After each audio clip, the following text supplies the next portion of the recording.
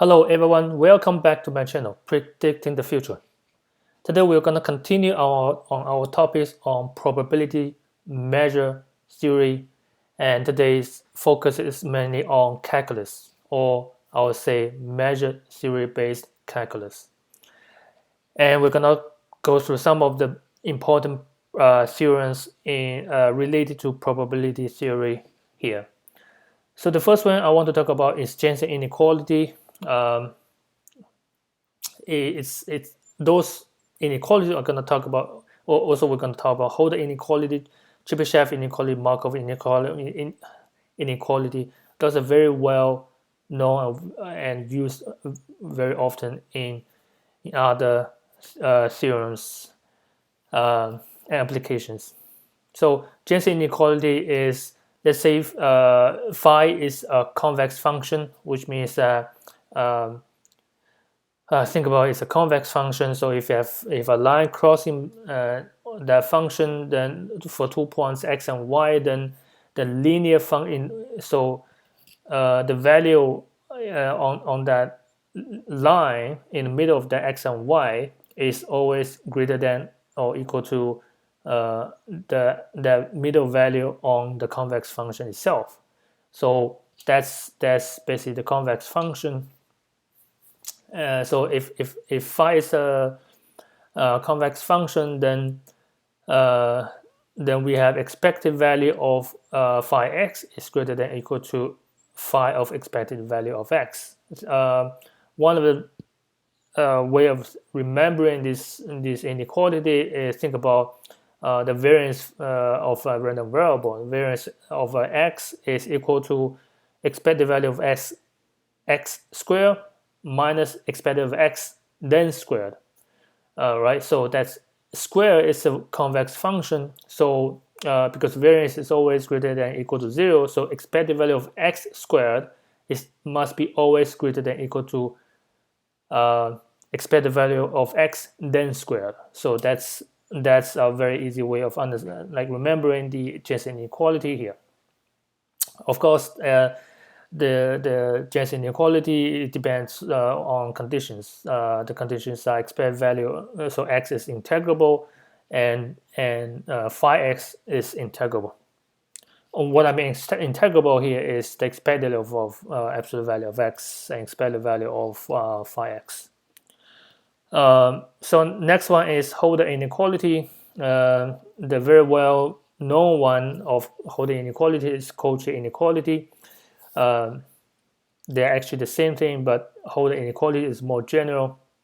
So suppose P and Q are real numbers between 1 less than infinity, or well, including infinity, and it satisfies this condition: 1 over P plus 1 over Q is equal to 1. Then expected value of absolute value of xy is less than or equal to x to the p norm of x and q norm of y. What I mean norm, norm.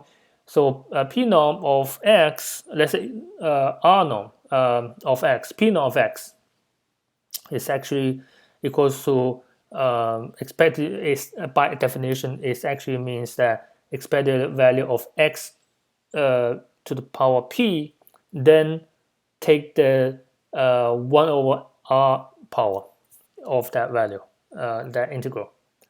So that's norm, that's p norm.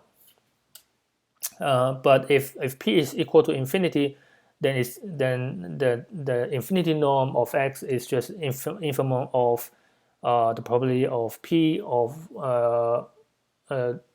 it's the smallest m, the infimum m, that the probability of absolute value of x is greater than x has a probability 0. So that's Hölder inequality, and then the next one is Chebyshev inequality. So this is a general form of the Chebyshev inequality that we saw in elementary probability theories.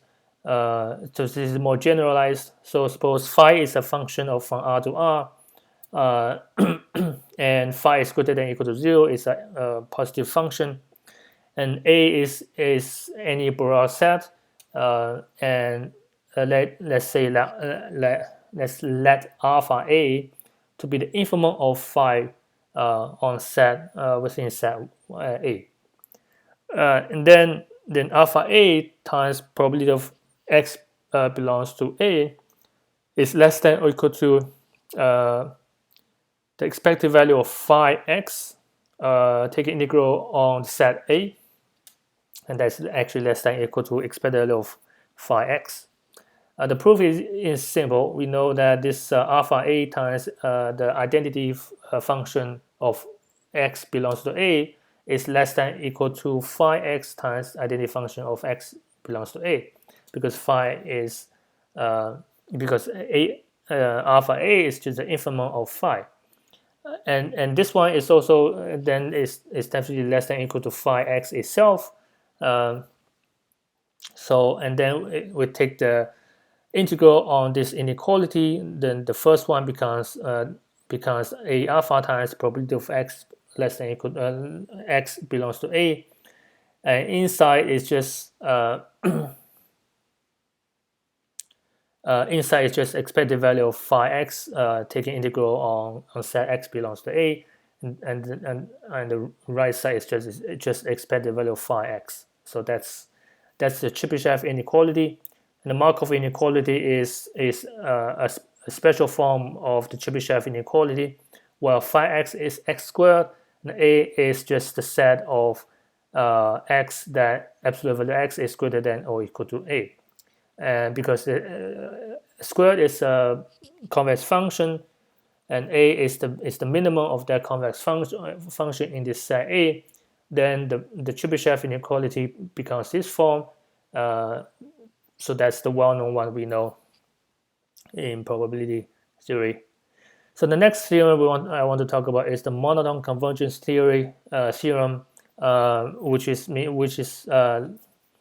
simple. So let's say xn is a random variable or a measurable map greater than or equal to 0, converge upwards to another measurable function, measurable map x, almost surely then expected value of xn, which means the integral of xn, will converge upwards to expected value of x. So that's monotone convergence theorem. Very easy to understand, very easy to imagine why it's the case. So the proof will not be that easy. Will be a little bit long. I don't want to go through the proof because it's not much value to talk about in here. So the next one is Fatou's lemma. So Fatou's lemma is, suppose xn is a measurable map or random. When I say measurable map, I mean a random variable. So xn is a measurable map, a measurable function. I will also say measurable function greater than or equal to 0. The lim if of expected value of xn is greater than or equal to expected value of lim inf of xn. The proof is using the monotone convergence theorem here. So let's first look at the inf of expected value. So let's look at inf of xk from n to infinity. So we define that as yn. So that's only the infimum part of this one. So we know that. So then yn converges outwards to the lim if of xn. Which we define as y. Then and they are all greater than or equal to 0 because xn is greater than or equal to 0. So by the monotone convergence theorem, we have the expected value of xn d mu is greater than or equal to the expected value of yn d mu, because yn is always less than xn. And the expected yn d mu converges upwards to expected value y, which is just the expected value of the lim inf of xn. So that proves our Fatou's lemma. So next one, very important one. This is the idea of whenever we take an integral and limit. When can we move the limit inside the integral or outside of the integral? So Dominiated convergence theorem tells us when we can do that.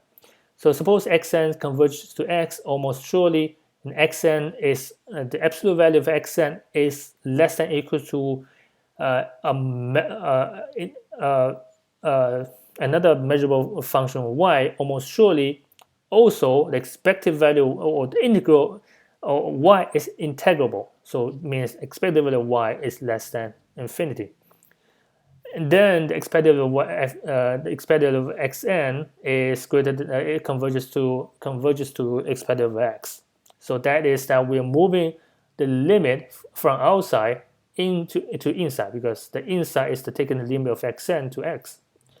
So the Dominiated convergence theorem basically tell us when can we move the limit into or outside of the integral. Next, we are talking about multidimensional calculus in measure theory, based on measure theory. So let's first define a measure in a multidimensional space, which is called product measures. So it will be too much to talk about. So I can just go through some conclusions here. I won't go through the proofs. So suppose so it can be proved that if mu1 and mu2 are two measures, then the mu1 times mu2 is also a measure. And we denote this such a measure as let's say mu, which is another form of writing mu is mu1 times mu2, and then is the meaning of that is just mu1 or measure of set A of in its own sigma field times mu2 of set B, which is in its own sigma field of mu2 as well. So that's and it's a unique measure on the smallest sigma field generated by F1 and F2. So that's a product measure. So next very important theorem is Fubini theorem, which is multi-calculus of telling us when can we switch the two integrals. So there's two ways, under two conditions. Either of the conditions, we can move the integral, or let's switch the integral. The first one is whenever if f is a positive function, then we can always move the integral. The second way we can move the integral is the function f is integrable. The integral of the absolute value of f is finite. In either of these two conditions, we can move the integral. So the integral of f on d mu, the mu is the product measure here, is actually equals to integral of x and the integral of y, and it's the same as integral of x, integral of y, and the integral of x. So that's the Fubini theorem. Let's look at application of Fubini theorem here, which is a corollary here. So if y is greater than or equal to 0 and p is greater than 0, then the expected value of yp, y to the power p, is actually equals to this one. So you see here the y to the power p, the antiderivative, well, this is the antiderivative. The derivative becomes the p times the y to the power p minus 1 times the probability of y greater than 1 dy. So how do we come up with that? So let's try to derive this one. So y is positive. We know y is positive. Then we can use the Fubini theorem to exchange the integral. So this is the integral here. Let's try to see if we can get back to expected value of y to the power p. Inside of here, the probability of y greater than p is just the integral of the identity random variable of y greater than y. So with dp, p is the probability measure of this random variable here. And that is just taking, we're gonna exchange, switch the positions of these two integral here, and that inside will become, because the identity y, identity random variable y greater than y is just integral from 0 to the capital Y, and that is this form. So, and then, but inside of here, the inner integral is just y to the power p. This is the antiderivative of the function here, and but this is what, this is just expected value of y to the power p. Yeah, so that's it. That's the integrations I want to talk about here, and those are the foundations we're going to use in the future on the probability theory. Hope you like it. Thank you, everyone. Bye.